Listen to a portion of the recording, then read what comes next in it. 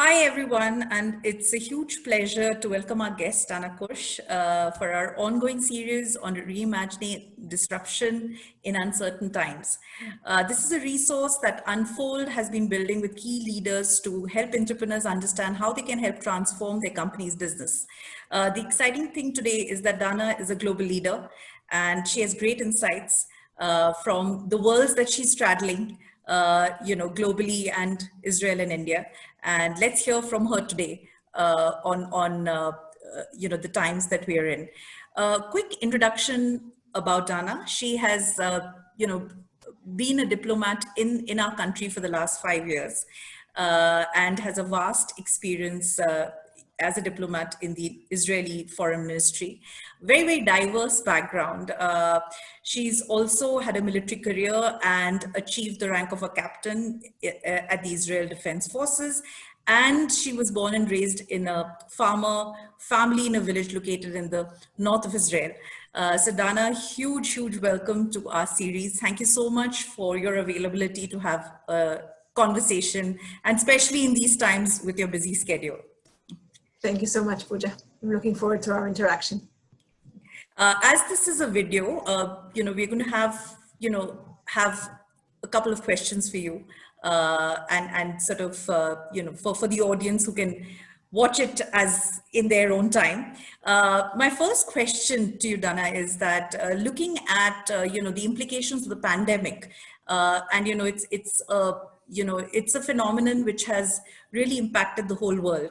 And India, of course, has, today we are the third most affected country.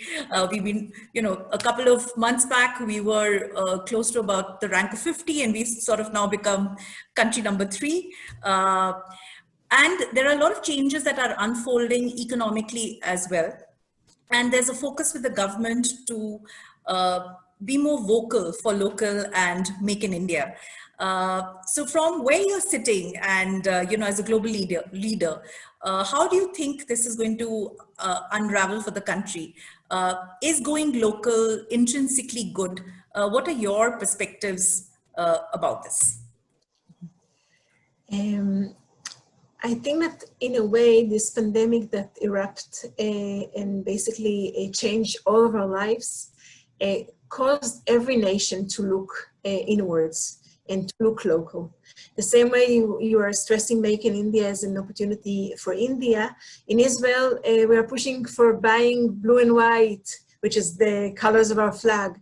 And every nation around the globe wants to achieve self-reliance, especially at these times, because of the situation. But at the same rate, we have to, on one hand, look inwards and look locally, but we have to take into account the partnership and looking globally and connecting and partnering globally. And in that, Israel and India partnership is a crucial component. But Israel and India has a very innovative partnership. Make in India is a reform that has happened before COVID-19, and Israel and India were doing Make in India beforehand too. In a way, our leaders prefer to call it, instead of saying Make in India, is Making India. When our president was here and when our prime minister was here, we are identifying together innovative opportunities to develop things together. Especially at this era, we have to do so. So if I'm looking now, we can look, every entrepreneur or every one of us can look at this pandemic as a crisis that can basically paralyze us. But we also can look at the opportunities. And if we are looking at the opportunities, each and every one of us as individual and as societies, as a nation, if we are seizing innovation and on one hand, enhancing the forces within, looking inwards, how are we doing better manufacturing, how are we scaling up, how are we doing more developing in-house, at the same rate, how are we connecting with good partners like the partnership between India and Israel, and how we innovatively thinking together and creatively to create a better future, tackle the challenges that we are facing in the midst of the COVID-19, and that you are managing the situation here. Back home, we were a few months back already considered a safe country. But now we're in the midst of the second wave. So the uncertainty is the name of the game, and the solution and the need of the hour is for innovation, entrepreneurship, and partnership between our two nations. Thank you. Absolutely. An innovation can't thrive without an ecosystem. And an ecosystem plays a very critical part. And looking at the Israeli, innovation ecosystem that you are privy to, what would you say are the key stakeholders that should be for building our innovation ecosystem, within which all these new opportunities, can thrive? It's been for me a privilege to be, for the past 3 years, a Consul General to South India, based here in Bengaluru, which is basically the Silicon Valley of India. Because when I walk the streets of Bengaluru, I feel like walking the streets of back home in Israel, because it's a very similar innovative ecosystems. And the stakeholders of our innovative ecosystems relies on like 4 sectors.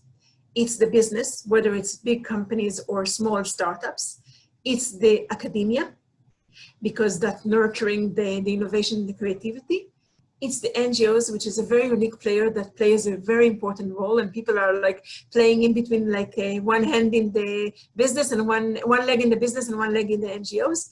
And the 4th is the government. And me as a government official representing my government in South India, my role and my goal and the team, our team, the Israeli consulate team, is basically how are we better connecting our two innovative ecosystems, especially now in the midst of COVID-19.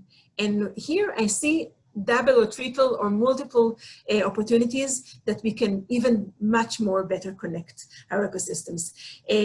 I'll give one example from the federal level, and then I'll dive into the down south. In the next couple of weeks, we are going to have a delegation of the Israeli DRDO, the Israeli R&D from our defense ministry, coming here to basically develop together rapid testing.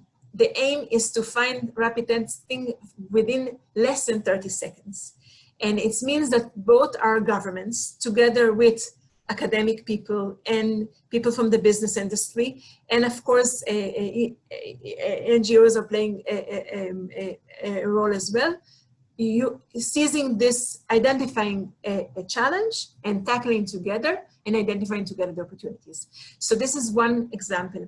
And if I'm looking for a second, for the day before COVID-19, my last presentation, my last speaking engagement here was with an initiative of ITBT, of Your Innovation Authority here in Karnataka. That was in the midst of March, a second before everything shut down, and we are doing social conclaves instead of physically meeting. And it was speaking to entrepreneurs and innovators. We had a panel of different diplomats from representing different countries, and we all were pitching of what can we do together? How can we innovatively partner?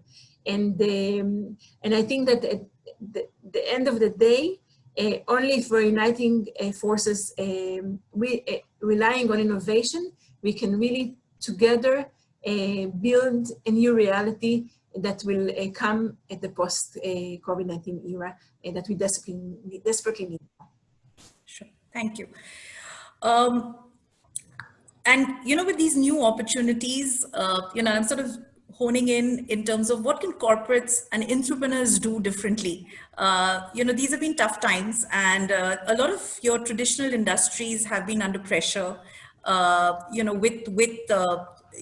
with people sort of not really moving out too much or being mobile. So we've had hospitality, we've had, transportation, aviation, a number of these sectors, but we also have who have to start thinking differently. But at the same time, there are a lot of other emerging opportunities in newer focus areas. Of course, while healthcare was always a focus area, but it's now become even more important to look at it very, very strongly and to have a sustainable healthcare system for a country.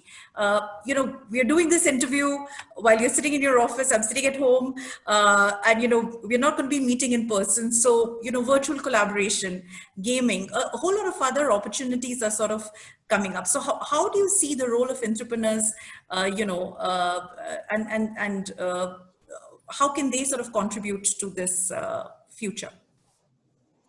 Entrepreneurs are now crucial, both here in India and back home. And partnership between entrepreneurs is essential to be able to come out of this situation stronger, healthier, and with a safer reality for our kids and our grandkids. There are different angles of looking at it. At the end of the day, as you are describing, every company or every nation now are facing, what does it mean to work from home? What does it mean social distancing? What does it mean? I need to go back to Israel. When is the next flight, international flights happening? All those kind of things can be seen as a challenge, but an entrepreneur will seize this opportunity and see it as an opportunity, will seize this challenge as an opportunity. And how do we, with entrepreneurship, be as an entrepreneur, taking innovation and find the right solution? And let me take us to two role models here and back home. For example, Kiran Medzuma showed the chairperson of Biocon, just won the EY Entrepreneur of 2020 globally. And if I'm looking back home, we have Haron Aaron. Haron Aaron is an Israeli leader that was heading Apple both in Israel and having a high-ranking position in Apple in the national, the international, the multinational headquarters. He's now the head of our innovation authority, and he's pushing startups and the traditional industry to utilize innovation, to see the opportunity, the challenge lies ahead, and to convert them to opportunities. Both those leaders should inspire each and every one of us, whether you are running a small startup or part of a small startup or a big. Between India and Israel, we have an innovation fund of $40 million that is basically allocating funds in 4 verticals of partnership. It was even before it's an innovation fund that was initiated when Prime Minister Modi came to Israel in July. We're now in July 2017, 3 years ago. And the 4 verticals were defense and cybersecurity, agriculture, water solution, and the 4th one was healthcare. So let us just focus on healthcare, because being healthy is really what we all want to do now. And for that, we need to find new solution of telemedicine. And for that, we need a solution to find vaccine, find more testing kits. All of those things are happening between Israeli teams and Indian team. This innovation fund, for example, gave funding for Apollo Hospital on one hand, and an Israeli small startup by the name of Zebra Technologies, and they together are partnering in identifying an AI solution to tackle COVID-19. This is how our 2 innovative ecosystems can work.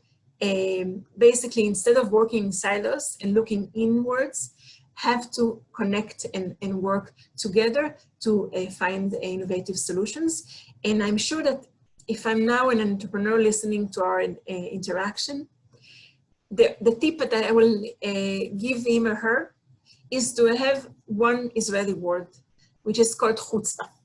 Chutzpah is a word that is basically in between assertiveness to aggressiveness. You have to be fearless and bold, to embrace innovation, to embrace challenges, to embrace your failures in order to find the next solutions. So I'm wishing each and every one of the entrepreneurs that are here in India to find their equivalent partners in Israel and creatively think together of solutions that will really provide us a better future, both in India and in Israel and in the entire world. Thank you. Thank you, Dana. To be fearless, bold, and to embrace failures, and to complement your strengths and to seize new opportunities. So thank you so much. I think these are good lessons and takeaways, and I hope the entrepreneurs who are listening today, and they would be the CEOs of their companies tomorrow, can seize new ideas and build on these opportunities. Thank you so much for your time, and look forward to staying connected. Thank you so much, Puja, and meanwhile, stay safe and healthy. Wear a mask. Absolutely. Social distancing, yeah. And God willing, we'll be able to fly back and forth to Israel in the near future. Absolutely. Absolutely, Dana. Thank you so much. Thank you.